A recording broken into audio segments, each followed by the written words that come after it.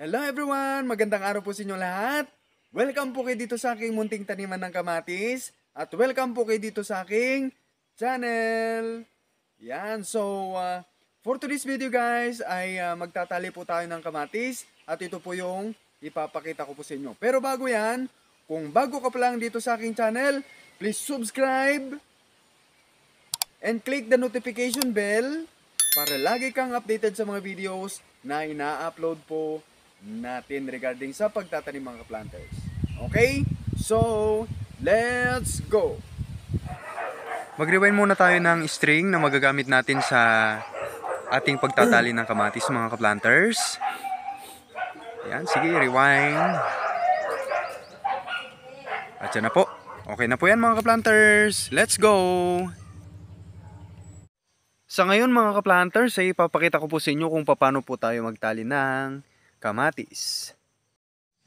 Ito pong gagawin natin mga ka-planters ay base po yan sa sarili nating idea, sarili nating pamamaraan ng pagtatali ng kamatis mga planters na gusto po nating ibahagi sa mga nais na mag-adapt nito mga ka-planters, lalong-lalo sa mga baguhan. Yan. Mas maganda kasi yung ganitong paraan mga ka-planters para well organized yung puno ng kamatis natin mga ka-planters, ano? Unang ginagawa natin mga ka-planters ay nilalagay muna natin itong isang string dito sa kabila. So bali yan ay binabanat po natin para mahawakan itong tanim natin para hindi tutumba-tumba. Bali yan na po mga ka-planters. Yan, bali nabanat ng husto yung kabilang string para doon natin i-lock itong isang string dito sa kabilang mga planters para mahawakan itong tanim natin mga planters. Ganyan po yung ginagawa natin mga planters, oh. Yan. Nilalak natin mga planters.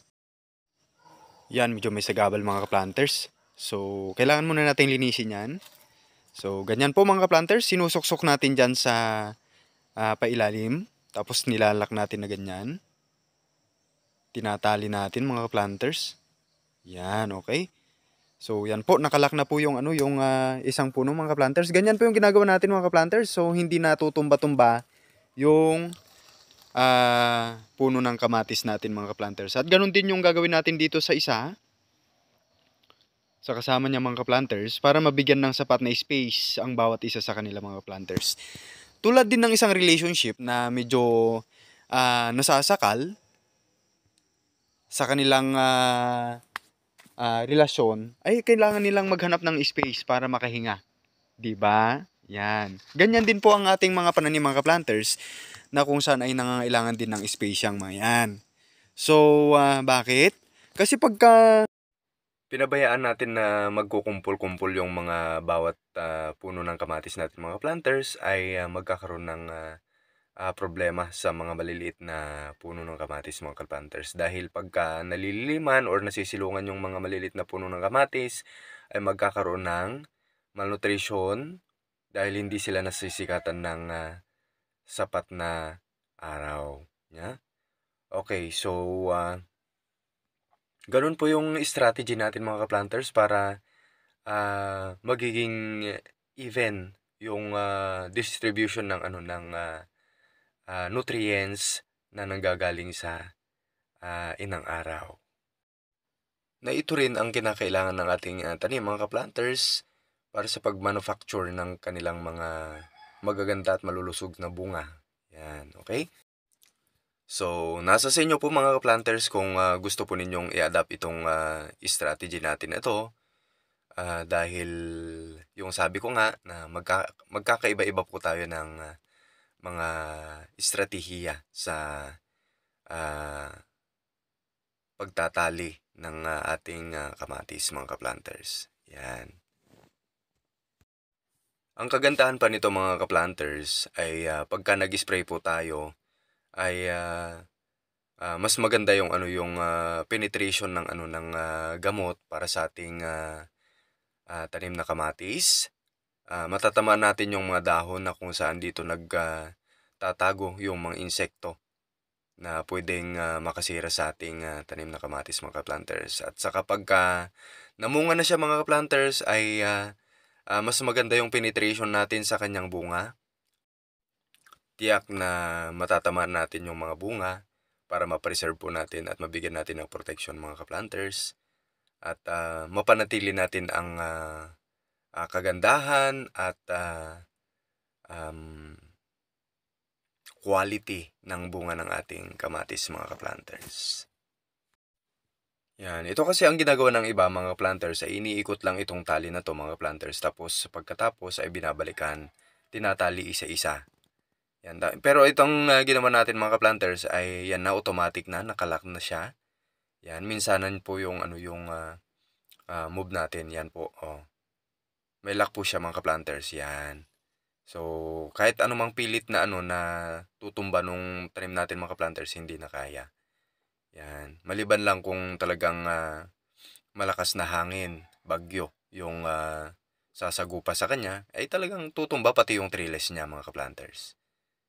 Yan po. Yan. So, may lock po siya mga ka-planters, ganyan oh. Yan. Yan. Sige, tuloy-tuloy po tayo mga ka-planters. Samahan po ninyo ako hanggang sa matapos.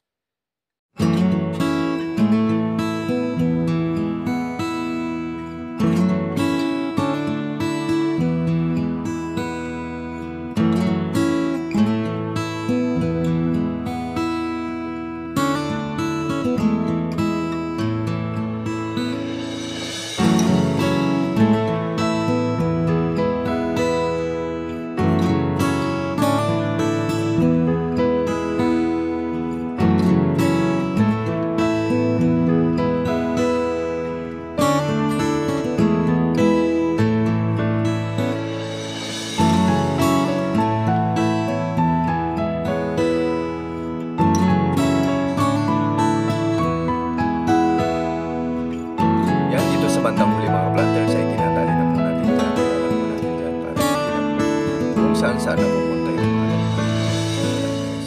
So with that, sa lahat po ng mga patuloy na sumusuporta, mga patuloy na nanonood sa ating mga simple videos, maraming salamat po sa inyong lahat. Sana po ay may mga natututunan po tayo, may mga napupulot po tayo mga simple ideas na pwede po nating mas improve at i-apply sa ating mga tanim mga planters, lalo na po sa mga baguhan dyan. Yan, sana po ay nakakatulong ang video ito para sa inyo.